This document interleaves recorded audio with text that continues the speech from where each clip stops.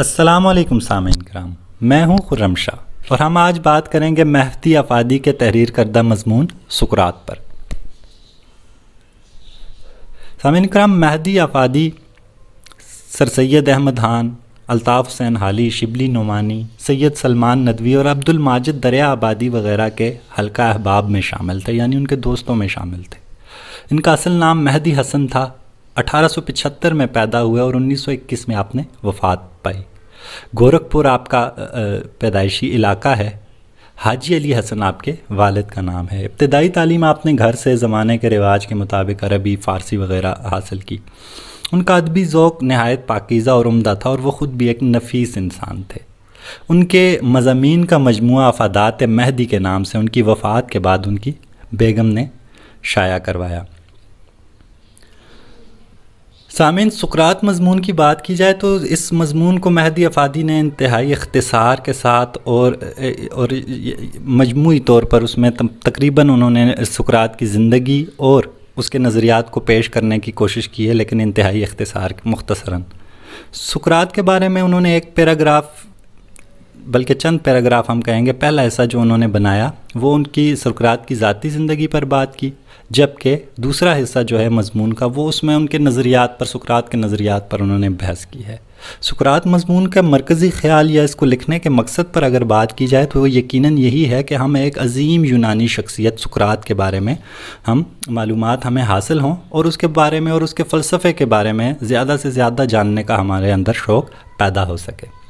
سقراط ایتھنس میں پیدا ہوا تھا، جو ایک معروف مشہور شہر یونان کا۔ یہ شہر کسی وقت یونان کا دارالسلطنت بھی تھا اور اس میں یونیورسٹی بھی تھی۔ چونکہ اب سقراط کا والد ایک بت تراش تھا، بت بنانے کا کام کرتا تھا، اسی نسبت سے سقراط نے بھی اسی کام کا آغاز کیا، لیکن سقراط کا دل اس کام میں زیادہ نہ لگا۔ سقراط کے اندر فلسفہ وغیرہ کے لیے زیادہ طلب موجود تھی، چنانچہ اس نے جلد اس کے بجائے، سنگ تراشی کے بجائے فلسفہ کا اثر قبول کرنا شروع کیا۔ اس زمانے میں ایک اور خاص بات ہوتی تھی کہ زمانے کا رواج تھا کہ نوجوانوں کو کچھ عرصہ کے لیے، ہر نوجوان کو اپنے ملک کی فوج میں حصہ ڈالنا ہوتا تھا اور بطور فوجی کام کرنا ہوتا تھا۔ چنانچہ سقراط بھی فوج میں جاتا ہے، لیکن حیرت کی بات ہے کہ اس فلسفی ذہن کا مالک جب فوج میں جاتا ہے تو وہاں یہ اپنی بہادری کے جوہر دکھاتا ہے، اور اسی وجہ سے وہ زنوفن اور السیبائیڈیز، یہ دو مشہور معروف شخصیات ہیں اس زمانے کی، امیر لوگوں کے بیٹے، ذہین لوگ ہیں، ان کی جان بھی بچاتا ہے۔ چنانچہ اسی وجہ سے وہ پوری عمر کے لیے سقراط کے دوست بن جاتے ہیں، اس کے ممنون ہوتے ہیں۔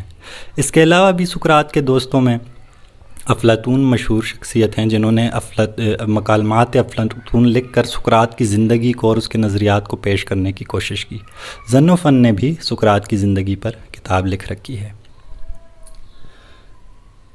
سامعین، جب سقراط لڑائی کے بعد واپس آتا ہے تو اس کی زندگی پر ایک بہت بڑا اثر رونما ہو چکا ہوتا ہے۔ اب یہ وہ پہلے والا سقراط نہیں رہتا۔ اب سقراط کھانے، کپڑے پہننے، بلکہ ہر چیز میں سادگی برتنا شروع کر دیتا ہے۔ اس نے اپنی فلسفیانہ تحریریں شائع کرنی شروع کر دیں، ہم وطنوں کو پابندی مذہب کی تاکید کی۔ آہستہ آہستہ یوں ہوا کہ لوگ اسے جاننے پہچاننے لگے اور اس کے گرد ایک وسیع حلقہ ہونے لگ گیا۔ وہ جہاں جاتا دریا کنارے، کھیل کے میدان میں اس کے ارد گرد نوجوانان ایتھنس جمع ہو جاتے اور اس سے گفتگو کرتے، سوال جواب کا سلسلہ ہوتا۔ لیکن جہاں دوستوں اور چاہنے والوں کی تعداد بڑھتی ہے تو وہیں دشمنوں کی تعداد میں بھی اضافہ ہوتا ہے۔ چنانچہ ایسے ہی کچھ لوگ ایسے تھے کہ سقراط کے فلسفیانہ اس انداز پر اور اس کی جو شہرت بڑھ رہی تھی اس پر رشک و حسد کرنے لگے۔ ایسے ہی ایک شاعر نے سقراط کی حجب لکھی، یعنی اس کے خلاف طنزیہ نظم لکھی، جس میں یہ بیان کیا گیا کہ سقراط نوجوانوں کے اخلاق خراب کرتا ہے اور لڑکوں کو سکھاتا ہے کہ وہ والدین کی نافرمانی کریں۔ چنانچہ ہوتا یوں ہے کہ عدالت میں یہ کیس چلا جاتا ہے اور سقراط یہ کیس ہار جاتا ہے۔ چنانچہ نتیجتاً اس کو گردن زدنی ثابت کیا جاتا ہے کہ اس کو اب سزائے موت دی جائے گی۔ اس کو حصار میں لیا جاتا ہے، حراست میں لیا جاتا ہے۔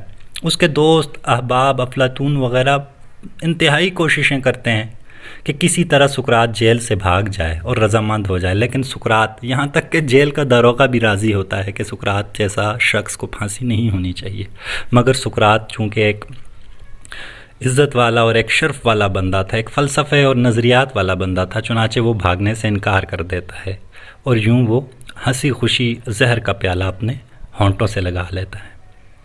اور اسی موقع پر ایک معروف شاعر لیاقت اعظم کا شعر یاد آ گیا کہ اس پیالے میں زہر تھا ہی نہیں، اس پیالے میں زہر تھا ہی نہیں، ورنہ سقراط مر گیا ہوتا۔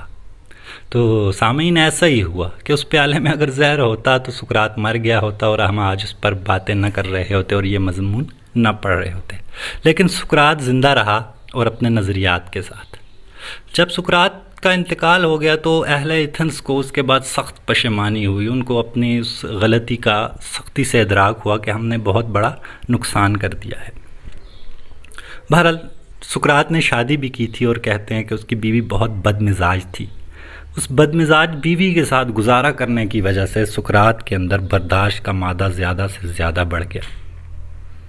سقراط 470 برس پیشتر حضرت عیسیٰ علیہ السلام کے پیدا ہوا تھا، یعنی حضرت عیسیٰ کی پیدائش سے 470 سال پہلے پیدا ہوا تھا اور 399 برس قبل یعنی حضرت عیسیٰ کی پیدائش سے ہی 399 سال پہلے انتقال کر گیا۔ تقریباً 71 سال اس نے عمر پائی تھی۔ سقراط کی اگر نظریات پر بات کی جائے تو ایک سے بڑھ کر اس کی سوچ اور اس کا فلسفہ جو ہے وہ انسان کے ایک باشعور انسان کو ہلا کر رکھ دیتا ہے اور مجبور کرتا ہے کہ وہ اس کی باتوں کو سنے اور سمجھے۔ اگر اس پر ایک چٹی سی نگاہ سقراط کے نظریات پر ڈالی جائے تو سقراط کی رائے میں موجودہ وقت کو آنے والے دن کی امید پر رائے گاں کر دینا بڑی غلطی ہے۔ یعنی کوئی شخص اپنا کل بنانے کے لیے اگر آج کو ضائع کر رہا ہے تو سقراط کے خیال میں وہ شخص غلط کر رہا ہے، کیونکہ جس کا آج اچھا نہیں ہے تو گویا اس کا کل بھی اچھا نہیں ہے۔ وہ کسی چیز کا پس انداز کرنا سرے سے فضول سمجھتا ہے، یعنی آپ کسی چیز کو پس پشت نہیں ڈال سکتے، آپ پیچھے نہیں کر سکتے، آپ اس کو وقت سے یعنی آج کا کام کل پر نہیں چھوڑ سکتے۔ مختصر یہ اکتساب علم کے لیے اس کے خیال میں وقت کسی خاص عمر کی قید نہیں ہے، بندہ بچہ ہے یا بڑا ہے وہ کسی بھی وقت بھی سیکھ سکتا ہے۔ سقراط کے خیال میں کتب بینی یعنی کتاب پڑھنا دنیا کا سب سے بڑا عیاشی کا کام ہے اور یہ انسان کو کرنا چاہیے۔ سقراط ایک جاہل شخص کو واجب الرحم سمجھتا ہے، لیکن اس سے زیادہ بھی واجب الرحم اس شخص کو سمجھتا ہے جو خود تو جاہل نہ ہو لیکن اس کا مربی یعنی اس کا استاد یا اس کا سنبھالنے والا، اس کا گارڈین اگر جاہل ہو تو اس شخص پر سقراط کے خیال میں زیادہ ترس کھانا چاہیے، کیونکہ اب وہ ایک جاہل شخص کی وجہ سے ایک اہم شخص وہ بھی ضائع ہو جائے گا۔ سقراط کے خیال میں عالی ظرف، بڑے ظرف والے شخص کی پہچان یہ ہے کہ وہ اپنے دشمن کے ساتھ بھی معزز برتاؤ کرے، یعنی اگر کسی مسئلے پر آپس میں دشمنی ہو گئی ہے تو گالم گلوچ اور دھمکیاں اور اس سے آگے بھی ایک لیول، ایک درجہ ہوتا ہے جو یقیناً انبیاء کا درجہ ہوتا ہے، اور ہمارے سامنے کئی مثالیں ہیں۔ نبی کریم صلی اللہ علیہ وسلم کی بھی مثال ہے کہ انہوں نے کس طرح اپنے دشمنوں کے ساتھ معزز برتاؤ کیا۔ چنانچہ سقراط کا نظریہ بھی یہی ہے کہ وہی شخص عالی ظرف ہے، بڑے ظرف والا ہے کہ جو دشمن سے عزت سے پیش آتا ہے۔ زیادہ کوشش یہی ہو کہ دشمن کو بھی تکلیف نہ پہنچے۔ غیبت کرنے والوں کے متعلق سقراط کا بڑا دلچسپ نظریہ ہے کہ وہ ان کو غیبت کرنے والوں کو جو پیٹھ پیچھے دوسروں کی باتیں کرتے ہیں شریف نہیں سمجھتا، ان کے ساتھ رعایت کرتے ہوئے کہتا ہے کہ ان کو بس کمینہ کہہ دیا جائے۔ وہ ہر شخص کو اپنے کانشینس، اپنے شعور کی پیروی کی دعوت دیتا ہے۔ وہ کہتا ہے اپنی عقل سے سوچو، غور کرو اور فکر کرو اور اس پر قائم ہو جاؤ۔ عام مقبولیت کی خواہش کو، فیم کو وہ اچھا بالکل نہیں سمجھتا، بلکہ ایک جنون، ایک طرح کی بیماری سمجھتا ہے کہ لوگ چاہیں کہ بھئی آپ مشہور ہو جائیں اور لوگ آپ کا نام لیں، تو اس چیز کو وہ پاگل پن یا جنون سمجھتا ہے۔ اس کے بجائے وہ کام کرنے اور عمل کرنے کو اہمیت دیتا ہے۔ ایک مقام پر سقراط بڑی چپتی ہوئی بات لکھتا ہے، آخری پیراگراف میں پڑھ دیتا ہوں، اس سے ہمیں مہدی افادی کی مضمون نگاری اور اس کی نثر نگاری کا بھی اندازہ ہوگا۔ ایک مقام پر اس نے بہت چپتی ہوئی بات لکھی کہ کہتا ہے، میں نہیں سمجھتا کیوں کر لوگ عقل کی مخالفت کو جائز رکھتے ہیں۔ کسی بات کی صحت پر ان کا یقین کامل ہوتا ہے، تاہم وہ اس پر کاربند نہیں ہوتے۔ شاید کوئی خارجی اثر وجہ مزاحمت ہو، مگر میں سمجھتا ہوں یہ ان کے ارادے کا ہی نقص ہے۔ مجھے آج تک کوئی بات ایسی نہ ملی جس کی سچائی کا یقین ہو اور نہ کر گزرا ہوں۔